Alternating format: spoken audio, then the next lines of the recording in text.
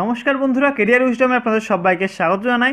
বন্ধুরা, রেলমন্ত্রী পীযূষ গোয়েল আজ সাংবাদিক সম্মেলন করে বড় ঘোষণা করলেন, নতুন চাকরির বিষয়ে ঘোষণা করলেন। তো বন্ধুরা, রেলমন্ত্রী কী বললেন এবং সম্প্রতি যে জেনারেলদের জন্য সংরক্ষণের বিল পাশ করা হলো সেই নিয়ে কী বললেন, সমস্ত ইনফরমেশন জানিয়ে দেবো আজকের ভিডিওতে।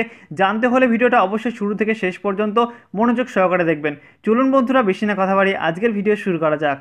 আর বন্ধুরা, ভিডিও শুরু করার আগে আপনাদের কাছে ছোট্ট একটি রিকোয়েস্ট, আপনারা যদি আমাদের চ্যানেলে নতুন হয়ে থাকেন অবশ্যই চ্যানেলটিকে সাবস্ক্রাইব করে পাশে বেল আইকনটি প্রেস করে নেবেন নতুন নতুন চাকরির খবর এবং গুরুত্বপূর্ণ আপডেটগুলো সবার প্রথমে জানার জন্য। চলুন বন্ধুরা, আজকের ভিডিও শুরু করা যাক। তো বন্ধুরা, রেলমন্ত্রী আজকে সাংবাদিক সম্মেলন করে বললেন, বর্তমানে রেলে 1.5 লক্ষ শূন্য পদে নিয়োগ প্রক্রিয়া চলছে এবং শীঘ্রই 2.5 লক্ষ শূন্য পদে আবার কিন্তু নিয়োগ করা হবে এবং তার জন্য বিজ্ঞপ্তি প্রকাশিত হবে। এছাড়া বন্ধুরা, তিনি জানিয়েছেন যে বর্তমানে কিছু রেলকর্মী রয়েছেন, তারা কিন্তু আগামী 2 বছরের মধ্যে রিটায়ার করবেন এবং সেই কারণে কিন্তু রেলে এই বিপুল পরিমাণ শূন্য পদে ভ্যাকান্সি কিন্তু তৈরি হবে।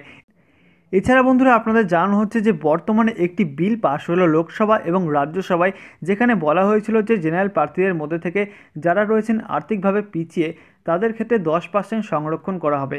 এক্ষেত্রে আপনাদের জানানো হয়েছে যে এই সমস্ত রিক্রুটমেন্টের ক্ষেত্রে কিন্তু জেনারেল প্রার্থীদের মধ্যে থেকে যারা আর্থিকভাবে পিছিয়ে রয়েছেন তাদের ক্ষেত্রে কিন্তু 10% সংরক্ষণ করা হবে।